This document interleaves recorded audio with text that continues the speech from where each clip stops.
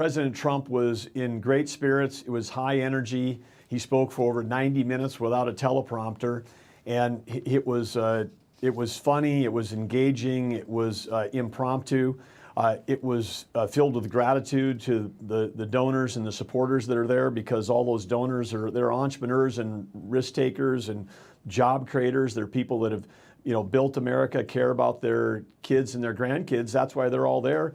And of course, he was fired up because the polling is positive, and he drops one word about 75 minutes into a 90-minute speech, and that's what CNN wants to talk about, and without mentioning the fact that there actually is a sham trial going on and a judge that's trying to jail him and impinge on his free speech rights. So I understand why President Trump would feel that way, but it certainly wasn't the mood, and it wasn't the core of the speech. He was painting a picture about what he's going to do when he's president, and the things that he's strong on, Joe Biden is weak on. The things that President Trump has had success on, Joe Biden is failing, whether it's the border, whether it's inflation, whether it's student protests, whether it's wars abroad, you name it. And people that were there was like, hey, this is a positive, great event, and people are fired up and charging forward towards November. Yeah, and Governor, it seems like the Veep stakes is on as well. No coincidence that all of the politicians that were down in Palm Beach on Saturday were people that are apparently being considered and vetted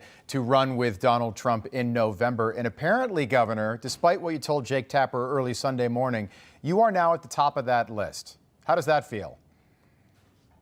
Well, I think these lists, this is all speculation, and it's all really not relevant. I mean, the only thing that matters is President Trump wins. President Trump himself said on Saturday during his remarks that it's not a short list. He said there's over 50 people on the list.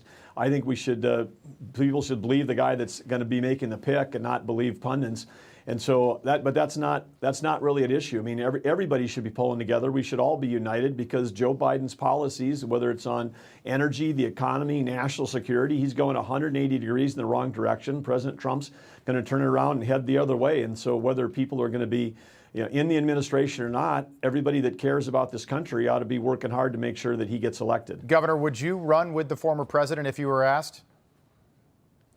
Well, again, Rob, that's a flattering speculation, but it's really not the point right now. The point is, again, making sure that he's in a position to keep charging forward. And right now, we've got, as a party, we need every Republican, and we need a lot of independents, particularly in swing states, to elect President Trump. And this guy's tied up in this sham trial right now, can't get out and campaign. And so it's not about who's in his cabinet, who's his running mates. It's about how do we make sure that people support him, and make sure that a guy that's got the courage to get up every day and face these attacks, that we put him back in the White House. Yeah, Ipsos had some polling, Governor, on Sunday. Joe Biden's approval rating, 35%. And the contrast of Donald Trump at that racing event in Miami on Sunday, and then what we saw last night outside the Met Gala right here in New York City.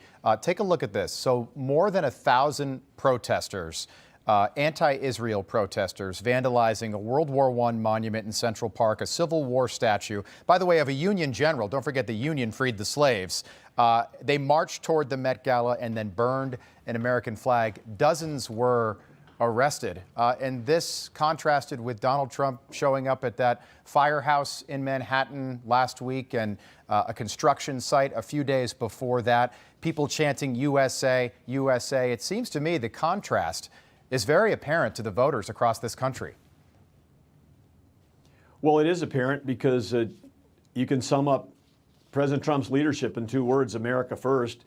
And he's strong on that. Joe Biden's weakness is Joe Biden needs the terrorist Hamas wing of the Democrat Party to get elected. And so he's vacillating on supporting Israel. He's vacillating on what to do about the college campus protests, which, again, are fully organized protests. These aren't all college students, but these are people that are agitators that President Biden is just not even taking a stand on. But he's doing it because he needs those votes.